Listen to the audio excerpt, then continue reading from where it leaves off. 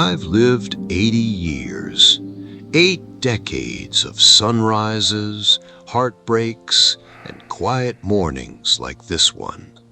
And in all that time, there's one truth nobody ever tells you. One truth I only understood after losing almost everything I thought mattered. And if you stay with me for the next few minutes, I promise you'll see life in a way few ever do. I've watched friends disappear, siblings grow distant, and even the person I believed would always be by my side, gone. And in that quiet, when the house is still and the phone stops ringing, you realize life isn't built on what you have. Life is built on what you notice. The moments, the connections, the tiny choices that never make headlines, they're the only things that truly last.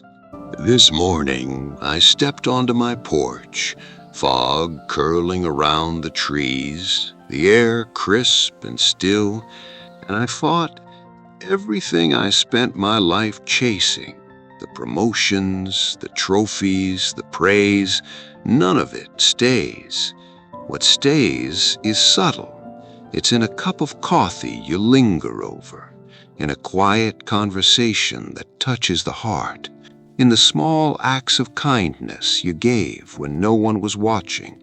That is what endures. Here's the first truth. You don't own anyone or anything. Relationships, achievements, even your own plans, they're all temporary. The only thing that truly remains is the love you give, the kindness you share, the memories you help create. And when you understand that, everything else, it starts to fall into perspective.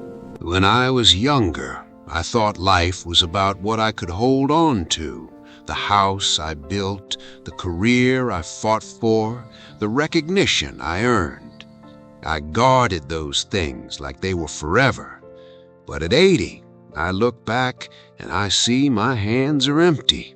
And that's okay, because the truth is, the only thing that truly belongs to you is how you lived, how you treated others, and the love you gave freely without expecting it back. I remember watching my childhood home being sold, the walls that held my laughter and tears gone. And at first it stung, but then I realized none of it was ever mine to keep. It belonged to time, to life itself.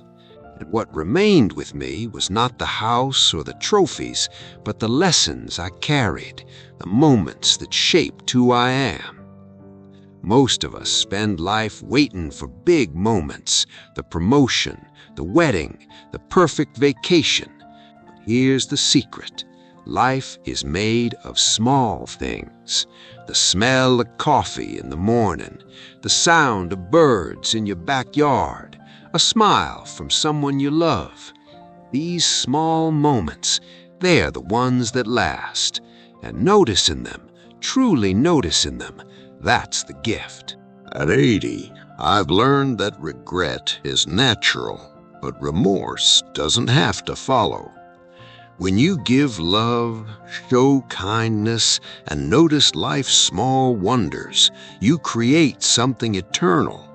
And that is what remains long after we're gone. One of the hardest truths I learned is that people aren't ours to keep. Spouses, children, friends, they are here on loan. And when we try to cling, we set ourselves up for sorrow. But when we embrace the time we do have, even the smallest moments become priceless.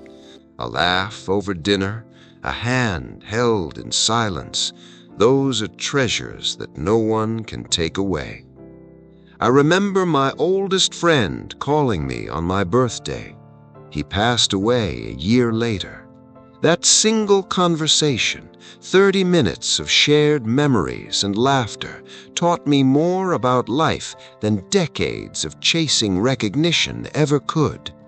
That's when I understood it's not the years, it's the moments that matter. And when people leave, what remains is gratitude for the time you shared. By the time you reach my age, you spend more time with yourself than anyone else. And here's the secret: if you haven't built a relationship with yourself, old age can be terrifying. But if you have, solitude becomes sanctuary. You realize that you are enough. That peace, that quiet strength, it stays with you long after the noise has faded. Think about someone you've lost or a moment you can't get back. Hold it in your heart. That memory, that love, that is what truly remains.